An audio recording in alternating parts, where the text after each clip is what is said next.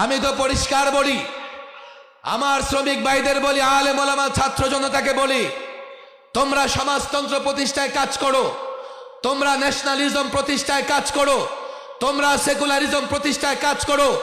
আমার বাংলাদেশ এমন একটা দেশ, যেই দেশের সংবিধানে তিনটা ইজম আছে, তিনটা মতবাদ আছে। আলেমদের বলি, আমার দেশের সংবিধানে সেকুলারিজম আছে, কুফরি মতবাদ। আমার দেশের সংবিধানে ন্যাশনালিজম আছে, বাতিল মতবাদ। আমার দেশের সংবিধানে ডেমোক্রেসি আছে, বস্তু পূজারীদের মতবাদ।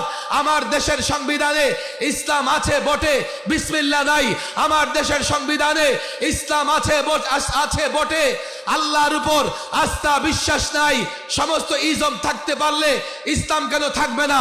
তুমি যদি তোমার মন মতো ইজম বাস্তবায়ন করতে চাও, আমি কেন ইসলাম বাস্তবায়ন করতে পারবো না? হ্যাঁ, পশ্চিমাদের কথায় আমাকে জঙ্গি বলবে, পশ্চিমাদের কথায় আমাকে সন্ত্রাসী বলবে, বলো বলো, আল্লাহর কসম করে বলি, তোমরা আমাদের কিছুই করতে পারবে না। হ্যাঁ, জেলে বন্দি করতে পারবে, হ্যাঁ, ফাঁসিতে ঝুলাতে পারবে, আমরা পরোয়া করি না। আমরা মনে করি আমাদের কল্যাণ যদি আল্লাহর পথে শহীদ হই, আমাদের কল্যাণ যদি জেলখানায় আবদ্ধ হই, বাধা দিবে, বাধা দাও, আবদ্ধ করবে, আবদ্ধ করো।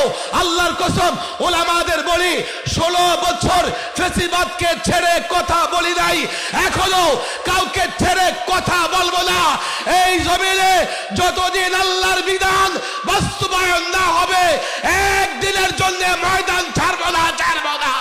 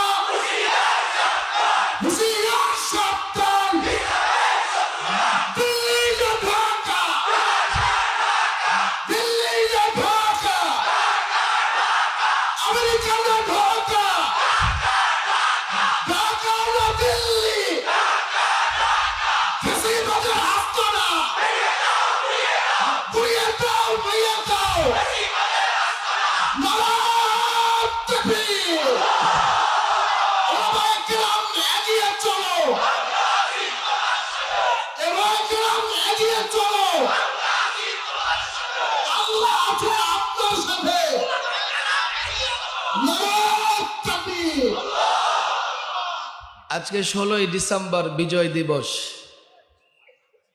71-এ একটু বুঝবার চেষ্টা করেন, 71-এ রক্তক্ষয়ী